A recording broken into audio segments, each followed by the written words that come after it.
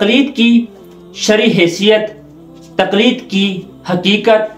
क्या कुरान मजीद में तकलीद के मुतालिक हमें कोई रहनुमाई मिलती है या नहीं। तो कुरान मजीद की किन किन आयात से हम तकलीद के ऊपर इस्तेदलाल कर सकते हैं इसके मुतालिक, और उसके बाद कोई अपने आप को हनफी, शाफी, मालिकी या हनाबला का टैग लगाता है और खुद को मुसलमान की बजाय अगर वो कहता है डायरेक्ट कि मैं हनफी हूँ या मैं शाफी हूँ या मैं हम्बली हूँ, तो क्या इसकी शरीयत में गुंजाइश है या नहीं। और क्या फर्क है मजहब में, क्या फर्क है दीन में और मसलक में, मसलक, दीन और मजहब में क्या फर्क है, इन तमाम के मुतालिक हम तफसीली और मुदल्लिल गुफ्तगू कर चुके हैं और इन तमाम के मुतालिक आपको वीडियोस नीचे डिस्क्रिप्शन में मिल जाएगी।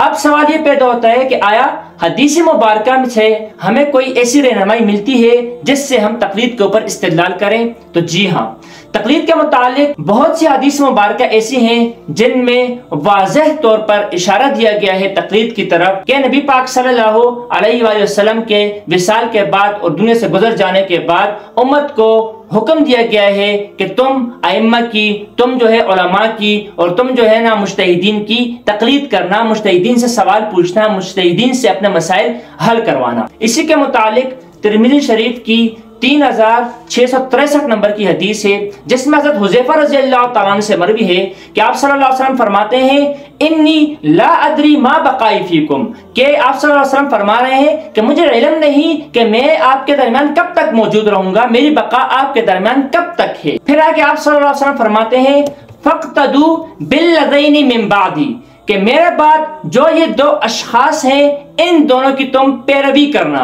इन दोनों की तुम अताअत करना। व अशारा इला अबी बकर व उमर रज़ियल्लाहु तआला अन्हुमा, और आप सल्लल्लाहु अलैहि वसल्लम ने अबू बकर और उमर की तरफ इशारा किया, यानी मेरे बाद तुम इन दो अशखास अबू बकर और उमर की इक्तिदा करना। यहाँ हदीस में फ़क़्तदू का लफ्ज़ इस्तेमाल हुआ है और याद रखें जो लुगत के माहिरीन हैं उन्होंने भी यही लिखा है कि इक्तिदा का लफ्ज़ जहां पर इस्तेमाल किया जाता है इससे दुनियावी उमूर में अताअत मुराद नहीं होती बल्कि दीनी उमूर में अताअत मुराद होती है। और इसके अलावा हदीस मुबारका के जितना ज़ख़ीरा है उसमें जहां पर इक्तिदा, फ़क़्तदू और इस तरह के अल्फाज इस्तेमाल हुए हैं उससे मुराद दुनियावी उमूर में नहीं बल्कि दीनी उमूर में उनकी पैरवी और अताअत मुराद होती है। तो यहाँ पर भी नबी पाक सल्लल्लाहु अलैहि वसल्लम अपने बाद अबू बकर और उमर की इक्तिदा का हुक्म दे रहे हैं कि सहाबा किराम जिन्होंने आप सल्लल्लाहु अलैहि वसल्लम की शागिर्दी इख्तियार की, जिन्होंने आप सल्लल्लाहु अलैहि वसल्लम से मसाइल अखज़ किए, जिन्होंने आप सल्लल्लाहु अलैहि वसल्लम से कुरान का इल्म हासिल किया, जिनकी तरबियत आप सल्लल्लाहु अलैहि वसल्लम ने खुद फरमाई,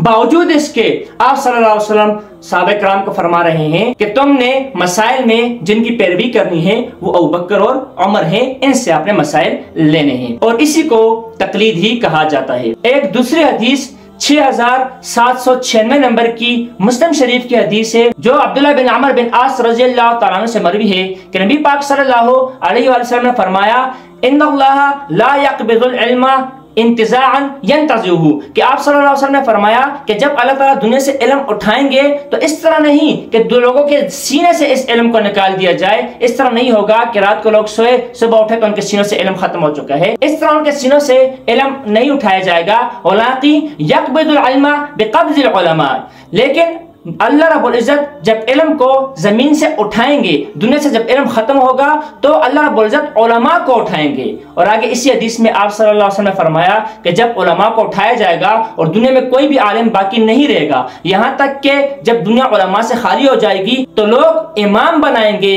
लोग मुक्तदा बनाएंगे, लोग किन्हों को आगे करेंगे, जाहिल लोगों को, लोग जाहिल लोगों को अपना मुक्तदा बनाएंगे और उनसे वो सवाल पूछा करेंगे, उनसे वो मसाइल पूछा करेंगे। अब क्योंकि जाहिलों को आगे किया गया है तो हदीस मुबारका में आप सल्लल्लाहु अलैहि वसल्लम ने फरमाया कि वो खुद भी गुमराह होंगे, यानी मुक्तदा वो खुद भी गुमराह होंगे क्योंकि आलिम नहीं, और वो जो मसाइल बताएंगे, वो जो फतवा देंगे उसकी वजह से ये उम्मत जो होगी, जो लोग पूछने वाले होंगे ये भी गुमराह होंगे। ज़ल्लू फ़ज़ल्लू, वो खुद भी गुमराह और दूसरों को भी गुमराह करेंगे। इस हदीस मुबारका में आप सल्लल्लाहु अलैहि वसल्लम ने एक दौर के आने की तरफ इशारा किया है कि मेरी उम्मत में ऐसा दौर भी आएगा कि उलमा खत्म हो जाएंगे और लोग जाहिलों को इमाम बनाएंगे। अब इस दौर के मुतालिक सोचें कि जब ये दौर आएगा, उलमा खत्म हो जाएंगे, तो वहां पर असल दीन पे रहना और दीन के मुतालिक अमल करना उसके कौन से तरीके हो सकते हैं? या उलमा से पूछा जाए तो उलमा तो उस दौर में मौजूद नहीं। दूसरा ये है कि खुद तहकीक करें, तो यहाँ पे कह दिया गया है कि जब उलमा मौजूद नहीं होंगे तो जो गैर आलिम होंगे वो तो जाहिल होंगे, तो ये खुद भी तहकीक नहीं कर सकते और उलमा भी मौजूद नहीं है। तो अब क्या किया जाए, या तो ये जो जाहिल लोग आगे हो चुके हैं इनसे मसाइल अखज़ करें, या ये कि जो पहले उलमा गुजर चुके हैं उनकी जो तसानीफ है, उनकी जो तहकीक है, उन्होंने जो मसाइल बताए हुए हैं उनके मुताबिक अमल कर लें। तो इस दौर में, जिस दौर में उलमा का खात्मा हो जाएगा, सही दीन पर अमल करने का तरीका वाहिद यही बचता है कि जो पीछे असल उलमा गुजर चुके हैं उन्होंने जो मसाइल बताए हैं उसके मुताबिक अमल किया जाए। इसी को ही तो तकलीद कहा जा रहा है। तो आप सल्लल्लाहु अलैहि वसल्लम इस हदीस में इस तरफ इशारा कर रहे हैं कि जो तकलीद करेंगे, जो पीछे उलमा है उनके मसाइल के मुताबिक अमल करेंगे, वही सही दीन पर होंगे। बाकी उस दौर में जो गैर आलिम आगे आएंगे और वो जो फतवा देंगे वो फतवा भी गलत होगा, वो भी जहालत की वजह से खुद भी गुमराह होंगे और इस उम्मत को भी गुमराह करेंगे। इसी तरह अबू दाऊद की 3657 नंबर पे हदीस मुबारक है, अबू हुरैरा रज़ियल्लाहु तआला अन्हु इसके रावी हैं। इस हदीस में आप सल्लल्लाहु अलैहि वसल्लम ने फरमाया कि मन उफ्तिया बिगैर इल्मिन काना इस्मुहु अला मन अफ्ताहु। आप सल्लल्लाहु अलैहि वसल्लम फरमा रहे हैं कि जिस शख्स ने बगैर इल्म के किसी दूसरे को फतवा दिया और उस फतवा लेने वाले ने इसके मुतालिक अमल कर दिया, तो गलत फतवा देने की वजह से इस मुफ्ती को तो गुनाह होगा, लेकिन जिस शख्स ने फतवा दिया और इस फतवे के मुताबिक गलत अमल किया उसको गुनाह में शरीक नहीं किया गया। इस हदीस मुबारक से यही समझ आती है कि अवाम कहां तक मुकल्लफ है, अवाम से कहां तक सवाल किया जाएगा। तो अवाम नास जो है वो खुद तहकीक नहीं करेंगे, बल्कि वो मुफ्ती के पास आएंगे, उससे सवाल करेंगे। तो अवाम अपने लिहाज से कोई जय्यद मुफ्ती के पास आके वहां से वो सवाल करे और सवाल के मुताबिक अगर वो मुफ्ती गलत जवाब दे भी जाए तो इसमें ये गुनाह में शरीक नहीं होगा, बल्कि इस गलत फतवा देने की वजह से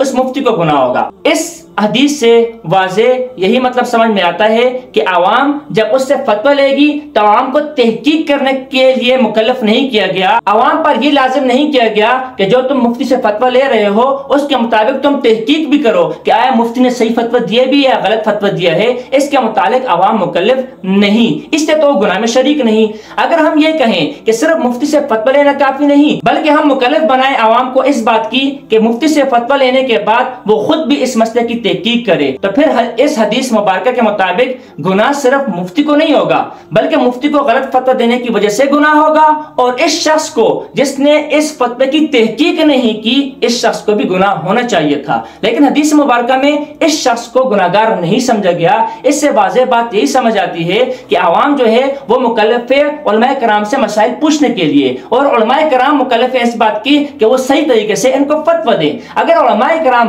गलत फतवा देते हैं तो उलमाए कराम को तो गुनाह होगा, लेकिन जिस आदमी ने इनसे मसला अखज़ किया है और उसकी वजह से गलत अमल किया वो इस गुनाह में शरीक नहीं होगा। तो आजकल बड़े बड़े दारुल इफ्ता मौजूद हैं, और इन दारुल इफ्ता में सिर्फ एक आलिम दीन नहीं, सिर्फ एक मुफ्ती नहीं, बल्कि पूरी मुफ्तियान कराम की, पूरे उलमाए कराम की एक टीम मौजूद होती है। वो बाकायदा सवाल देते हैं, सवाल के बाद बाकायदा उसके मुतालिक जितने भी माखज़ होते हैं, जितने भी दलाइल होते हैं उनको जमा करते हैं, फिर फतवा देते हैं, और फतवा देने के बाद फिर जो इस इदारे के जो बड़े मुफ्तियान कराम होते हैं उनके सामने ये फतवा चला जाता है। वो इन फतवे की खुद भी तहकीक करने के बाद इस पर बाकायदा तौर पर मदरसे की तरफ से या उस इदारे की तरफ से मोहर सबत करते हैं। तो ये जो तहकीक होती है ये एक आलिम दीन या एक मुफ्ती की नहीं होती, पूरे एक इदारे की, पूरे एक मुफ्तियान कराम की टीम की तहकीक होती है। तो गोया जिस फतवे पर मोहर लगाई जाती है ये सिर्फ एक आलिम दीन, एक मुफ्ती की नहीं, बल्कि पूरे इदारे और मुफ्तियान कराम की अपनी हदीस मुबारक और कुरान के और इज्तिहाद और सब की तहकीक करने के बाद ये मसला सामने लाया जाता है। दूसरी बात, तकलीद कहते ही इसे हैं कि आम आदमी किसी मुज्तहिद से मसला पूछे और वो मुज्तहिद इसको उस मसले का हल बता दे, इस मसले का जवाब बता दे। लेकिन आवाम के ज़िम्मे, आम आदमी के ज़िम्मे ये लाज़मी नहीं कि वो इससे दलील का भी मुतालबा करे। बगैर दलील के इस मुज्तहिद के कौल पर जब वो एतमाद करके अमल करता है दीनी शरीयत के मुताबिक, इसी को तकलीद कहते हैं। ये तकलीद सिर्फ आजकल के ज़माने में नहीं, बल्कि सहाबा कराम के ज़माने से ही ये तकलीद चली आ रही है कि जो कम इल्म होते थे, जो आम नास होते थे, वो बड़े उलमाए कराम से और मुज्तहिदीन से फतवा अखज़ किया करते थे। किसी नबी पाक सल्लल्लाहु अलैहि वसल्लम की तरबियत याफ्ता सहाबा कराम ने भी कभी खुद बड़े बड़े मसाइल में तहकीक नहीं की, बल्कि सहाबा कराम में भी जो सहाबा कराम इज्तिहाद के दर्जे तक नहीं पहुंच सके थे, वो सहाबा कराम भी जो वक़्त के मुज्तहिदीन थे उनके पास जाके मसाइल अखज़ करते थे। अबू बकर, उमर, उस्मान, अली के पास जाते थे, अब्दुल्लाह बिन उमर, अब्दुल्लाह बिन मसूद रज़ियल्लाहु तआला अन्हु के पास जाते थे, और बहुत से सहाबा कराम हज़रत आयशा सिद्दीक़ा रज़ियल्लाहु तआला अन्हा की खिदमत में हाजिर होकर उनसे मसाइल अखज़ किया करते थे। तो वो ये लाज़मी नहीं कि हर आदमी खुद इतनी तहकीक कर सकता हो कि वो मसाइल कुरान मजीद से और हदीस मुबारक से अखज़ कर सकता हो। सहाबा कराम खुद अरबी दान थे, अरबी में हदीस और अरबी में कुरान, और खुद नबी पाक सल्लल्लाहु अलैहि वसल्लम से हदीस सुने हुए थे। बावजूद इसके वो अकाबरीन सहाबा की तक़लीद किया करते थे, वो अकाबरीन सहाबा की इत्तिबा किया करते थे। वो जो मसाइल होते थे वो अकाबरीन सहाबा से लेते थे, और इसके बाद ये इसी तरह उम्मत मुस्लिमा में तसलसल के साथ चला आ रहा है। जो कम इल्म हो, जो इज्तिहाद के दर्जे तक न पहुंच सके हो, वो उलमा से और मुज्तहिदीन से मसाइल अखज़ करते हैं और बगैर दलील के उस अमल करते हैं। यही आवाम इसकी मुकल्लफ है। अगर हम तमाम आवाम को इसका भी मुकल्लफ कर दें, ये इन पर जरूरी कर दें कि मसाइल लेने के बाद वो खुद इस पर तहकीक भी करें कि ये दुरुस्त है या ना दुरुस्त है। एक मुज्तहिद और एक आलिम दीन का बताया हुआ मसला, उसके ऊपर ये आम आदमी किस तौर पर तहकीक कर सकता है, ये खुद अपने ज़मीर की बात है। लेकिन अलबत्ता अगर कोई दलाइल देखना चाहे तो आजकल मदारिस से, दारुल इफ्ता से और जिन इदारों से मसाइल पूछे जाते हैं और वहां पे जो फतवा दिया जाता है, तो बाकायदा तौर पर इन फतवा के दलाइल अरबी में नीचे लिखे होते हैं कि ये जो मसला बताया गया है कुरान मजीद की कौन सी आयत या हदीस मुबारक से किस तरह ये मसला अखज़ किया गया है, इसकी दलील क्या है, वो बाकायदा तौर पर अरबी में लिखा होता है। खुलासा कलाम ये कि आवाम इस दर्जे तक मुकल्लफ है कि वो उलमाए कराम से मसाइल पूछें। दलील इनके जिम्मे लाजिम नहीं कि वो बाकायदा दलील को भी जाने कि इस मसले की दलील क्या है। अलबत्ता अगर किसी शख्स को इतना शौक हो इल्मी और उसको जो मसला बताया गया है वो ये जानना चाहता हो कि इस मसले की असल में दलील क्या है और ये कहाँ से दी गई है, या हदीस मुबारक में इसके मुतालिक या कुरान मजीद में इसके मुतालिक कौन सी आयत है, अगर वो ये मालूम करना चाहे तो बाकायदा तौर पर आजकल फतवा पर भी कुरान मजीद की आयत या हदीस मुबारक जिससे वो मसला अखज़ किया होता है वो लिखी होती है। न भी लिखी हो तो उलमा से वैसे ही अपने इल्म में इजाफा करने के लिए अगर वो पूछना चाहे तो पूछ सकता है। लेकिन अल्लाह रब्बुल इज्जत नबी पाक सल्लल्लाहु अलैहि वसल्लम शरीयत मुत्तहिरा की तरफ से अवाम नास को इसका मुकल्लफ नहीं बनाया गया कि वो दलील तक पहुंचे, वो इस मसले की कुन तक पहुंचे कि मसला कहां से निकाला गया है। और हर एक मसले की कुन तक पहुंचना और हर मसले की दलील को समझना ये अवाम नास के लिए मुश्किल हो जाएगा, क्योंकि इसको समझने के लिए बाकायदा उनको इस फील्ड में आना पड़ेगा, उनको देखना पड़ेगा कि इज्तिहाद कैसे किया जाता है, क्या चीज है, कुरान से मसाइल कैसे अखज़ किए जाते हैं, हदीस से कैसे अखज़ किए जाते हैं।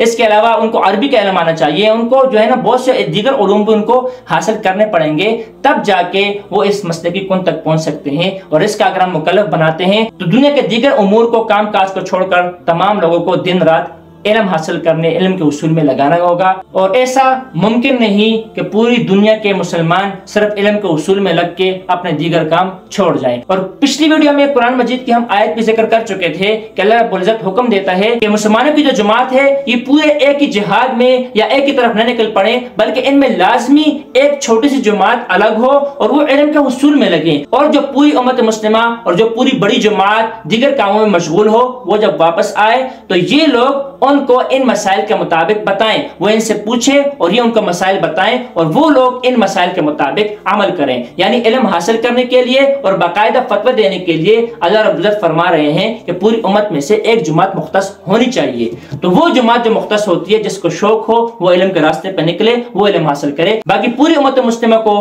अल्लाह रब्बुल इज्जत ने और शरीयत ने मुकल्लफ नहीं बनाया, वो बाकायदा तौर पर इसका इल्म हासिल करे।